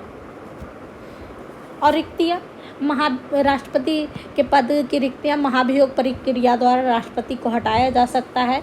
उनकी मृत्यु होने पर, उनके त्यागपत्र देने पर या सुप्रीम कोर्ट द्वारा निर्वाचन अवैध घोषित होने पर राष्ट्रपति का पद रिक्त होगा। नेक्स्ट है राष्ट्रपति के चुनाव में नामांकन के लिए 50 प्रस्तावक और 50 अनुमोदक की आवश्यकता होगी कम से कम। जमानत की राशि 15,000 है और जमानत की जब्ती कुल डाले गए मतों का 1/6 से कम भाग प्राप्त होने पर उनकी जमानत की राशि जब्त हो जाएंगी। उसके बाद है राष्ट्रपति पे महाभियोग की प्रक्रिया का प्रावधान है अनुच्छेद 61 में। और महाभियोग की प्रक्रिया का कारण होगा राष्ट्रपति द्वारा संविधान का उल्लंघन। और प्रस्ताव लाने के कम से कम 14 दिन पूर्व, यानी कि राष्ट्रपति पर महाभियोग चलाने से 14 दिन पूर्व इसकी सूचना देनी होगी। और इस पर संसद के कम से कम 1/4 सदस्यों का हस्ताक्षर होना चाहिए। और राष्ट्रपति पर महाभियोग का प्रस्ताव किसी भी सदन में, यानी कि लोकसभा या राज्यसभा में प्रस्तुत किया जा सकता है। और राष्ट्रपति के महाभियोग प्रक्रिया में शामिल सदस्य होते हैं संसद के सभी सदस्य, यानी कि निर्वाचित और मनोनीत। और राष्ट्रपति पर महाभियोग पारित होने के लिए संसद के दोनों सदनों द्वारा अलग अलग कुल सदस्यों के कम से कम 2/3 बहुमत होना चाहिए, यानी कि राज्यसभा और लोकसभा में 2/3 बहुमत से राष्ट्रपति पर महाभियोग का प्रस्ताव पारित होना चाहिए। उसके बाद है राष्ट्रपति की वीटो शक्तियाँ। अत्यंतिक वीटो, विधेयक पर अपनी राय सुरक्षित रखना अत्यंतिक वीटो है। निलंबनकारी वीटो, विधेयक को आपत्ति सहित संसद में पुनर्विचार हेतु वापस भेजना राष्ट्रपति की निलंबनकारी वीटो है। और वहीं पॉकेट वीटो या जेबी निषेधाधिकार, यानी विधेयक पर कोई निर्णय नहीं करना। राष्ट्रपति की क्षमादान की शक्ति, क्षमा में पूर्णतः माफ कर देना। प्रतिलंबन, किसी दंड को कुछ समय के लिए टाल देने की प्रक्रिया होती है। फांसी के संदर्भ में फांसी को टालने के लिए। विराम, विशेष परिस्थिति की वजह से सजा को कम करना, यानी शारीरिक विसंगति होने पर। परिहार, सजा की मात्रा को बदलना। लघुकरण, सजा की प्रकृति में बदलना, यानी मृत्युदंड को कठोर कारावास में बदलना। राष्ट्रपति द्वारा नियुक्त होने वाले व्यक्ति, प्रधानमंत्री एवं संघ के अन्य मंत्री, महान्यायवादी, नियंत्रक एवं महालेखा परीक्षक की नियुक्ति राष्ट्रपति द्वारा किया जाता है। मुख्य चुनाव आयुक्त और अन्य चुनाव आयुक्त की नियुक्ति राष्ट्रपति द्वारा किया जाता है। उच्चतम न्यायालय के न्यायाधीश की नियुक्ति राष्ट्रपति के द्वारा की जाती है। साथ ही संघ लोक सेवा आयोग के अध्यक्ष और सदस्यों की नियुक्ति राष्ट्रपति द्वारा की जाती है। राज्य के राज्यपाल, उप राज्यपाल एवं प्रशासक की नियुक्ति राष्ट्रपति द्वारा की जाती है। वित्त आयोग के अध्यक्ष व सदस्यों की नियुक्ति राष्ट्रपति द्वारा की जाती है। और उच्च न्यायालय के न्यायाधीश की नियुक्ति भी राष्ट्रपति द्वारा की जाती है। नेक्स्ट है भारत के राष्ट्रपति। तो इसमें तो इतना नहीं याद रखना है कि कौन कौन से थे। प्रथम राष्ट्रपति थे डॉक्टर राजेंद्र प्रसाद, दूसरे राष्ट्रपति थे डॉक्टर सर्वपल्ली राधाकृष्णन, तीसरे राष्ट्रपति डॉक्टर जाकिर हुसैन थे, और लास्ट का 3 तो इससे वर्तमान में राष्ट्रपति हैं द्रौपदी मुर्मू, और इनके प्रतिद्वंदी थे यशवंत सिंह। उनसे पहले रामनाथ कोविंद थे और प्रणब मुखर्जी। द्रौपदी मुर्मू दूसरी महिला राष्ट्रपति है और पहली महिला राष्ट्रपति प्रतिभा देवी सिंह पाटिल थी।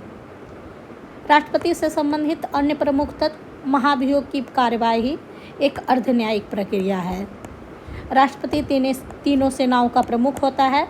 राष्ट्रपति अपना त्यागपत्र उपराष्ट्रपति को देता है, और राष्ट्रपति का पद अगर रिक्त हो जाए तो उसे 6 महीने के अंदर भरना भी अनिवार्य होता है। लोकसभा में धन विधेयक राष्ट्रपति की पूर्व अनुमति से प्रस्तुत की जाती है। और 70वें संविधान संशोधन अधिनियम 1992 के द्वारा दिल्ली और पुडुचेरी के निर्वाचित सदस्यों को राष्ट्रपति के निर्वाचन मंडल में शामिल किया गया है। यह प्रावधान 70वें संविधान संशोधन द्वारा किया गया है। नेक्स्ट है उपराष्ट्रपति। उपराष्ट्रपति के लिए योग्यता, वह भारत का नागरिक होना चाहिए और 35 वर्ष की आयु पूरी कर चुका हो, और उसका वेतन 4 लाख रुपये प्रति माह। राष्ट्रपति राज्यसभा के सभापति के रूप में कार्य करते हैं, और इनकी पदावधि होती है पद ग्रहण करने की तारीख से 5 वर्ष तक।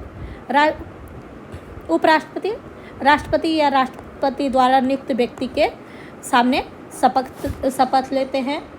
उपराष्ट्रपति का निर्वाचन संसद के दोनों सदनों के निर्वाचित एवं मनोनीत सदस्यों द्वारा आनुपातिक प्रतिनिधित्व पद्धति के अनुसार एकल संक्रमणीय और गुप्त मतदान द्वारा।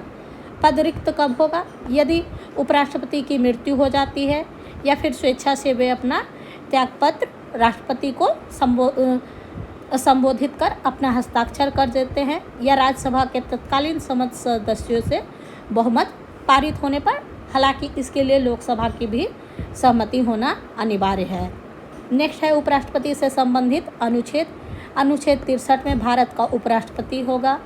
अनुच्छेद 64 उपराष्ट्रपति का राज्यसभा की परिषद का पदेन सभापति होना। अनुच्छेद 65 उपराष्ट्रपति का आकस्मिक रिक्तियों एवं राष्ट्रपति की अनुपस्थिति में राष्ट्रपति के कर्तव्यों का निर्वहन। अनुच्छेद 66 में उपराष्ट्रपति का चुनाव।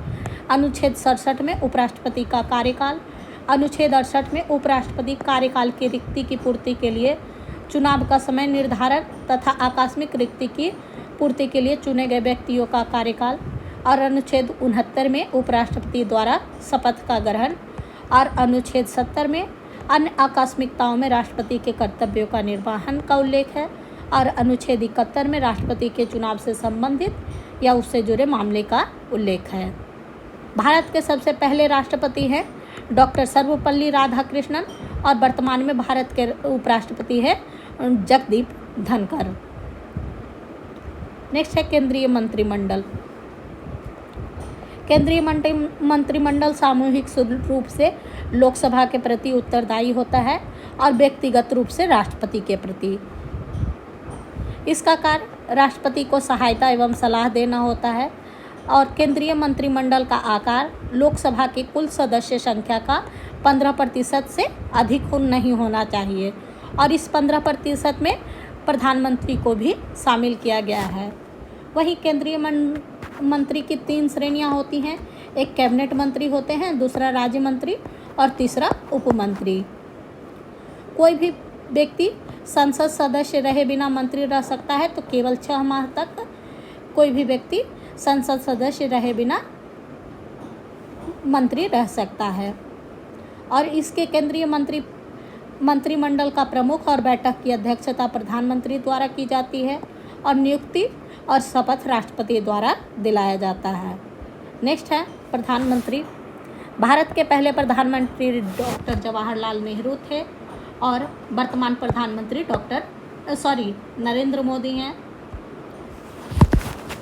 वे प्रधानमंत्री जो मुख्यमंत्री रह चुके हैं तो मोरारजी देसाई बम्बई के मुख्यमंत्री थे। चौधरी चरण सिंह अविभाजित उत्तर प्रदेश में 2 बार मुख्यमंत्री थे। बीपी सिंह उत्तर प्रदेश में मुख्यमंत्री थे। पीवी नरसिम्हा राव आंध्र प्रदेश में मुख्यमंत्री थे। एचडी देवगौड़ा कर्नाटक में मुख्यमंत्री थे और नरेंद्र मोदी गुजरात में मुख्यमंत्री थे। नेक्स्ट है केंद्रीय मंत्री परिषद से संबंधित अनुच्छेद। अनुच्छेद 74(1) में राष्ट्रपति की सहायता और सलाह हेतु एक मंत्री परिषद होगा जिसका प्रमुख प्रधानमंत्री होगा। अनुच्छेद 74(2) में राष्ट्रपति को मंत्री परिषद द्वारा दी गई सलाह की जांच किसी न्यायालय द्वारा नहीं की जाएगी। यानी कि एक मंत्रिमंडल राष्ट्रपति को जो भी सलाह या सुझाव देता है उसकी कोई न्यायिक जांच नहीं होगा। अनुच्छेद 75(1) में प्रधानमंत्री की नियुक्ति राष्ट्रपति द्वारा और अन्य मंत्रियों की नियुक्ति राष्ट्रपति द्वारा प्रधानमंत्री की सलाह पर की जाती है। अनुच्छेद 75(1) में मंत्रिपरिषद का आकार लोकसभा के कुल सदस्य संख्या का 15% से अधिक नहीं होगा। अनुच्छेद 75(2) में मंत्री राष्ट्रपति के प्रसाद पर्यंत पद धारण करेंगे। अनुच्छेद 75(3) में मंत्रिपरिषद सामूहिक रूप से लोकसभा के प्रति उत्तरदायी होंगे। अनुच्छेद 75(4) में मंत्रियों को शपथ राष्ट्रपति दिलाएंगे। अनुच्छेद 78 में राष्ट्रपति को जानकारी देने के संबंध में प्रधानमंत्री के कर्तव्यों का उल्लेख। और अनुच्छेद 88 प्रत्येक मंत्री और भारत के महान न्यायवादी का यह अधिकार होगा कि वह किसी भी सदन में बोले और उसकी कार्यवाही में अन्यथा भाग ले। नेक्स्ट है सांसद। संवैधानिक प्रावधान भाग 5 में अनुच्छेद 79 से 122 तक। सांसद के अंग हैं राष्ट्रपति, राज्यसभा और लोकसभा। उच्च सदन है लोकसभा और इसका उल्लेख अनुच्छेद 80 में है। निम्न सदन है उच्च सदन है राज्यसभा, इसका उल्लेख अनुच्छेद 80 में है और निम्न सदन है लोकसभा, इसका उल्लेख अनुच्छेद 81 में है। नेक्स्ट है लोकसभा की प्रथम बैठक हुई थी 13 अप्रैल 1952 को और इसके प्रथम अध्यक्ष थे गणेश वासुदेव मवलंकर यानी कि जीवी मवलंकर। पहली महिला अध्यक्ष मीरा कुमार हैं और प्रथम उपाध्यक्ष थे एम अनंत सायनम अयंगर। लोकसभा सदस्य बनने की न्यूनतम आयु 25 वर्ष होता है और लोकसभा को स्थगन कर सकते हैं तो लोकसभा का अध्यक्ष। लोकसभा की गणपूर्ति या कोरम तो कुल सदस्यों का 1/10 भाग उसकी गणपूर्ति या कोरम में होने चाहिए। अधिकतम सदस्य लोकसभा के हैं 550, राज्यसभा के अधिकतम प्रतिनिधि है 530 और संघ राज्य क्षेत्र के अधिकतम प्रतिनिधि 20 है। वर्तमान में स्थिति 543 सदस्य है। राज्य से सदस्य वर्तमान में 524 और संघ राज्य से 19 और लोकसभा के 17 आहूत 17 बशान यह विघटन कौन करेगा? तो राष्ट्रपति लोकसभा के सत्र को बुला सकते हैं, उनका सत्रावसान कर सकते हैं और उनका विघटन भी कर सकते हैं। नेक्स्ट है, लोकसभा का चुनाव होता है फर्स्ट द पास्ट सिस्टम के द्वारा। सदस्यों के लिए अर्हता भारत का नागरिक होना चाहिए और न्यूनतम आयु 25 वर्ष होनी चाहिए और किसी भी लाभ के पद पर नहीं होना चाहिए। प्रोटेम स्पीकर राष्ट्रपति द्वारा नियुक्त आम चुनाव के बाद निर्वाचित सदस्यों को प्रोटेम स्पीकर द्वारा शपथ दिलाते हैं और सचिवालय लोकसभा अध्यक्ष के अंतर्गत कार्य करता है। लोकसभा अध्यक्ष प्रथम कार्य संसद की बैठक का संचालन करना, संयुक्त बैठक की अध्यक्षता करना, निर्णायक मत दे सकता है। धन विधेयक का निर्धारण भी लोकसभा अध्यक्ष करते हैं। अध्यक्ष उपाध्यक्ष और उपाध्यक्ष अध्यक्ष को अपना त्यागपत्र दे सकते हैं। अध्यक्ष को 14 दिन पूर्व सूचना देकर लोकसभा के तत्कालीन समस्त सदस्यों के बहुमत से पारित संकल्प द्वारा उनको पद से हटाया जा सकता है। नेक्स्ट है राज्यसभा। यह अस्थायी प्रकृति का सदन है और लोकसभा अस्थायी है। इसके पदेन सभापति होते हैं उपराष्ट्रपति और सदस्यता हेतु न्यूनतम आयु 30 वर्ष। निर्वाचन अप्रत्यक्ष विधि से एकल संक्रमणीय मत द्वारा। सदस्य के लिए अर्हता व्यक्ति भारत का नागरिक होना चाहिए, 30 वर्ष की आयु पूरी कर चुका हो और लाभ के पद पर नहीं होना चाहिए। राज्यसभा के कुल सदस्य संख्या 250। राज्य एवं संघ क्षेत्रों से सदस्य 238 और राष्ट्रपति द्वारा 12 व्यक्तियों को साहित्य, कला, विज्ञान एवं समाज सेवा क्षेत्र से मनोनीत किया जाता है और प्रत्येक 2 वर्षों पर 1/3 सदस्य सेवानिवृत्त हो जाते हैं और इसके सदस्यों का कार्यकाल 6 वर्षों का होता है। नेक्स्ट है राज्यसभा की शक्तियाँ एवं कार्य। संविधान संशोधन विधेयक के संदर्भ में राज्यसभा की लोकसभा के समान शक्तियाँ प्राप्त है। धन विधेयक के संदर्भ में राज्यसभा को 14 दिन के भीतर अपनी राय लोकसभा को देनी होती है। अनुच्छेद 249 में राज्यसभा उपस्थित और मतदान करने वाले 2/3 सदस्यों के बहुमत से राज्य सूची में शामिल किसी भी विषय को राष्ट्रीय स्मारक का राष्ट्रीय महत्व का घोषित कर सकता है। अनुच्छेद 312 में यदि राज्यसभा ने उपस्थित और मत देने वाले सदस्यों में से कम 2/3 सदस्यों द्वारा समर्थित संकल्प द्वारा यह घोषित किया जाता है कि राष्ट्रीय हित में ऐसा करना आवश्यक है या समीचीन है, तो संसद विधि द्वारा संघ और राज्य क्षेत्र के लिए सम्मिलित एक या अधिक अखिल भारतीय सेवाओं का सृजन भी कर सकती है। नेक्स्ट है संसदीय कार्यवाही। प्रश्नकाल। संसदीय कार्यवाही दिवस का पहला घंटा 11 से 12 बजे। इस दौरान सदस्य मंत्रियों से तारांकित और अतारांकित प्रश्न पूछ सकते हैं। शून्यकाल प्रश्नकाल के बाद होता है। 12 से 1 बजे तक का समय सदस्य बिना किसी पूर्व अनुमति के प्रश्न पूछ सकते हैं। विश्वास प्रस्ताव लोकसभा में मंत्रिपरिषद की ओर से प्रस्तुत किया जाता है और सरकार के लिए यह पारित होना अनिवार्य होता है। अविश्वास प्रस्ताव इसे विपक्ष के किसी सदस्य द्वारा पेश किया जाता है। पारित होने से सरकार और अविश्वास प्रस्ताव को अगर पारित हो जाता है तो सरकार गिर सकती है और प्रस्ताव के लिए लोकसभा में कम से कम 50 सदस्यों के समर्थन की जरूरत भी होती है। नेक्स्ट है निंदा प्रस्ताव। केवल लोकसभा में और यह विपक्ष के किसी सदस्य द्वारा पेश किया जाता है और नीतियों के प्रति असहमति दर्ज करने हेतु। ध्यान आकर्षण प्रस्ताव किसी अविलंबनीय लोक महत्व के विषय पर अध्यक्ष या सभापति की अनुमति से सदन का कोई सदस्य किसी मंत्री के ध्यानाकर्षण हेतु यह प्रस्ताव किसी भी सदन में ला सकता है। स्थगन प्रस्ताव किसी भी सदन में कोई सदस्य 50 सदस्यों के समर्थन और पीठासीन अधिकारी के अनुमति से पेश करता है। लोक महत्व के मामले पर चर्चा हेतु संसद की कार्यवाही स्थगित करने के लिए। धन्यवाद प्रस्ताव मंत्रिपरिषद द्वारा तैयार राष्ट्रपति के अभिभाषण पर चर्चा व मतदान हेतु पारित होना सरकार के लिए आवश्यक होता है। नेक्स्ट है संसदीय समितियां। संसदीय समितियां दो प्रकार की होती है, एक अस्थाई समिति होती है और एक तदार्थ समिति होती है। अस्थाई समिति का गठन प्रत्येक वर्ष होता है और इनका कार्यकाल 1 वर्ष का होता है। और तदार्थ समिति अस्थाई प्रकृति की होती है और इसका गठन विशेष उद्देश्य हेतु और इनका कार्यकाल उद्देश्य पूर्ति होने तक होता है। अस्थाई समितियों में लोक लेखा समिति, प्राक्कलन समिति और लोक उपक्रम समिति आदि शामिल है।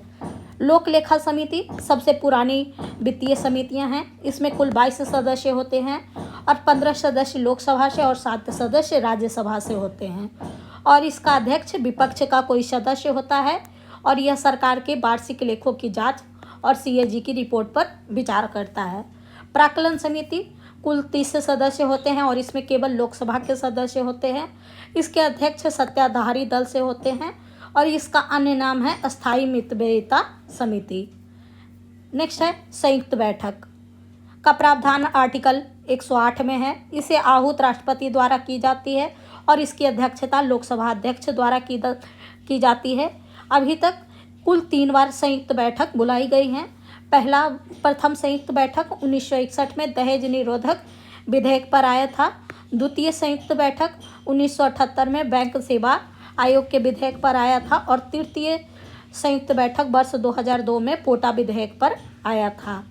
संबंधित विधेयक साधारण और वित्त विधेयक में संयुक्त बैठक का प्रावधान है। नेक्स्ट है धन विधेयक संबंधी प्रावधान अनुच्छेद 109 और 10 में है। इसे पुनः स्थापित किया जा सकता है लोकसभा में और धन विधेयक है या नहीं इसका निर्धारण लोकसभा अध्यक्ष द्वारा किया जाता है और राज्यसभा धन विधेयक पर अधिकतम 14 दिनों के लिए रोक लगा सकती है। नेक्स्ट है संसद से संबंधित अनुच्छेद 84 में संसद की सदस्यता के लिए योग्यता का वर्णन है। अनुच्छेद 85 में संसद के सत्र, सत्रावसान और विघटन का उल्लेख है। अनुच्छेद 86 में राष्ट्रपति का सदन को संबोधित करने और संदेश देने का अधिकार है। अनुच्छेद 87 राष्ट्रपति का विशेष संबोधन। अनुच्छेद 88 संसद के प्रति मंत्रियों एवं अटॉर्नी जनरल का अधिकार। अनुच्छेद 89 में राज्यसभा के सभापति तथा उपसभापति का वर्णन है। अनुच्छेद 90 में राज्यसभा के उपसभापति की रिक्ति, त्यागपत्र और विमुक्ति से संबंधित है। अनुच्छेद 91 सभापति के कर्तव्यों के निर्वहन अथवा सभापति के रूप में कार्य करने की उपसभापति की शक्ति। अनुच्छेद 92 में सभापति अथवा उपसभापति का सदन की अध्यक्षता से विरक्त रहना और जबकि उनकी विमुक्ति हो संबंधी कोई प्रस्ताव विचाराधीन हो। अनुच्छेद 93 में लोकसभा के अध्यक्ष तथा उपाध्यक्ष का वर्णन है। अनुच्छेद 94 में लोकसभा अध्यक्ष तथा उपाध्यक्ष पद की रिक्ति, त्यागपत्र और विमुक्ति से संबंधित है। अनुच्छेद 95 में लोकसभा उपाध्यक्ष अथवा किसी अन्य व्यक्ति का लोकसभा अध्यक्ष के कर्तव्यों का निर्वहन अथवा लोकसभा अध्यक्ष के रूप में कार्य करने की शक्ति है। तो कुछ अनुच्छेद छूट गया था। अनुच्छेद 79 का संबंध संसद के गठन से है। अनुच्छेद 80 का संबंध राज्यसभा के संगठन से है। अनुच्छेद 81 का संबंध लोकसभा के संगठन से है और अनुच्छेद 82 का संबंध प्रत्येक जनगणना के पश्चात पुनर्समायोजन से है और अनुच्छेद 83 का संबंध संसद के सदनों की अवधि से है। नेक्स्ट है अनुच्छेद 96 लोकसभा अध्यक्ष तथा उपाध्यक्ष का सदन की अध्यक्षता से विरक्त रहना और जबकि उनकी विमुक्ति संबंधी कोई प्रस्ताव विचाराधीन नहीं हो। आर्टिकल 97 सभापति एवं उपसभापति तथा लोकसभा अध्यक्ष और उपाध्यक्ष के वेतन और भत्ते से संबंधित है और आर्टिकल 98 का संबंध संसद के सचिवालय से है। नेक्स्ट है राज्यसभा सदस्य संख्या से संबंधित। तो आइए देखते हैं कि बिहार में राज्यसभा में कुल 16 सदस्य हैं और फिर सबसे कम सदस्य संख्या वाला राज्य सिक्किम, अरुणाचल प्रदेश, पुदुचेरी, गोवा, मेघालय, त्रिपुरा, मिजोरम और नागालैंड है।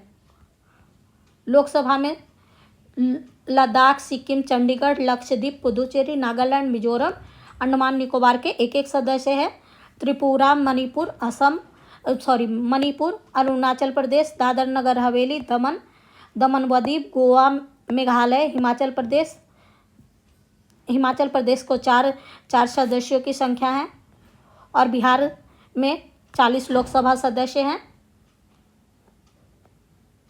और सबसे अधिकतम लोकसभा सदस्य उत्तर प्रदेश के पास है। प्रथम लोकसभा अध्यक्ष हैं जीवी मावलंकर और वर्तमान में लोकसभा अध्यक्ष है ओम बिरला। नेक्स्ट है न्यायपालिका। संवैधानिक प्रावधान भाग 5 में और अनुच्छेद 124 से 147 तक चीफ जस्टिस सहित प्रारंभ में 8 और वर्तमान में कुल 34 चीफ जस्टिस हैं।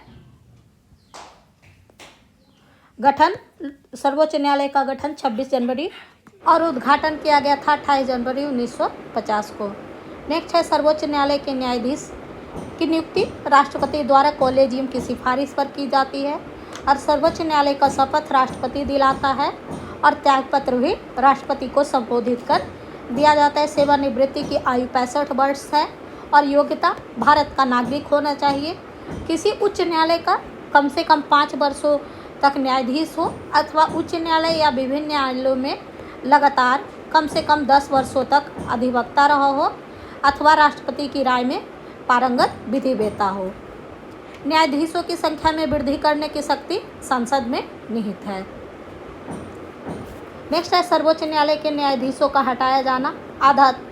आधार है कदाचार या असमर्थता के आधार पर उन्हें हटाया जाता है और इससे संबंधित अनुच्छेद है 124(4) और 125(5).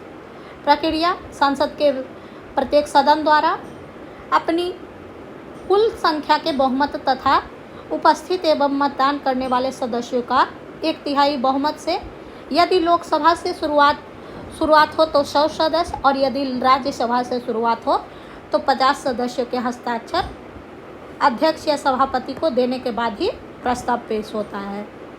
नेक्स्ट है सर्वोच्च न्यायालय से संबंधित अनुच्छेद 124 उच्चतम न्यायालय की स्थापना और गठन। अनुच्छेद 125 न्यायाधीशों का वेतन। अनुच्छेद 126 कार्यकारी मुख्य न्यायाधीश की नियुक्ति। अनुच्छेद 127 तदर्थ न्यायाधीश की नियुक्ति से संबंधित है। अनुच्छेद 128 सेवानिवृत्त न्यायाधीशों की उपस्थिति। अनुच्छेद 129 अभिलेख न्यायालय के रूप में सर्वोच्च न्यायालय का वर्णन। अनुच्छेद 131 में मूलाधिकार क्षेत्र। अनुच्छेद 132 से 36 तक अपीलीय अधिकार क्षेत्र और अनुच्छेद 137 में निर्णयों की समीक्षा करना और अनुच्छेद 141 का संबंध सर्वोच्च न्यायालय द्वारा घोषित विधि भारत सरकार के सभी न्यायालयों पर आवाधकार हैं, यानी कि सभी न्यायालयों पर बाध्य होंगे। नेक्स्ट है PIL। इसका पूरा नाम है जनहित याचिका यानी पब्लिक इंटरेस्ट लेजिस्लेशन। इसका जनक देश है USA। भारत में इसकी शुरुआत हुई थी 1979 में और भारत में इसके जनक है PN भगवती। सर्वोच्च न्यायालय के आरंभिक या मूल अधिकारिता भारत सरकार तथा एक या एक से अधिक राज्य के मध्य उत्पन्न विवाद इसका आरंभिक या मूल अधिकार क्षेत्र है। भारत सरकार और कोई एक राज्य या अनेक राज्य तथा एक या एक से अधिक अन्य राज्यों के बीच विवाद। तीसरा है 2 या 2 से अधिक राज्यों के बीच ऐसे विवाद जहां वैधानिक अधिकार का प्रश्न शामिल हो और पुनर्विचार संबंधी अनुच्छेद 137 के तहत स्वयं के निर्णयों पर पुनर्विचार की भी शक्ति है। नेक्स्ट है उच्च न्यायालय का प्रावधान भाग 6 में है और अनुच्छेद 214 से 231 तक। न्यायाधीशों की नियुक्ति राष्ट्रपति द्वारा की जाती है। CJI संबंधित राज्य के राज्यपाल तथा उच्च न्यायालय के मुख्य न्यायाधीश के अलावा अन्य न्यायाधीशों की नियुक्ति में उस उच्च न्यायालय के मुख्य न्यायाधीश से परामर्श के बाद। पद धारण 62 वर्ष की आयु तक। त्यागपत्र राष्ट्रपति को संबोधित हस्ताक्षर सहित लेख द्वारा और पदच्युत सर्वोच्च न्यायालय के न्यायाधीश को हटाने की प्रक्रिया के समान ही उच्च न्यायालय के न्यायाधीश को भी हटाया जाता है और इसके लिए अर्हता है भारत का नागरिक होना चाहिए, कम से कम 10 वर्षों तक न्यायिक पद पर होना चाहिए अथवा कम से कम 10 वर्षों तक किसी उच्च न्यायालय का या ऐसे दो या दो से अधिक न्यायालय का अधिवक्ता रहा हो। नेक्स्ट है उच्चतम न्यायालय से संबंधित अनुच्छेद। अनुच्छेद 214 राज्य के लिए एक उच्च न्यायालय होगा। अनुच्छेद 215 उच्च न्यायालय अभिलेखों के न्यायालय के रूप में होगा। अनुच्छेद 216 का संबंध उच्च न्यायालय के गठन से है। अनुच्छेद 217 न्यायाधीश के पद के लिए नियुक्ति तथा दशाओं से है। अनुच्छेद 218 का संबंध उच्चतम न्यायालय से संबंधित कतिपय प्रावधानों को लागू होने से है। अनुच्छेद 219 का संबंध न्यायाधीशों का शपथ ग्रहण से है। अनुच्छेद 220 का संबंध अस्थायी न्यायाधीश बहाल होने के बाद प्रैक्टिस पर प्रतिबंध से है, यानी कि कोई भी व्यक्ति अगर उच्च न्यायालय का न्यायाधीश बन जाता है तो वह प्रैक्टिस नहीं कर सकता है। अनुच्छेद 121 का संबंध न्यायाधीश के वेतन से है।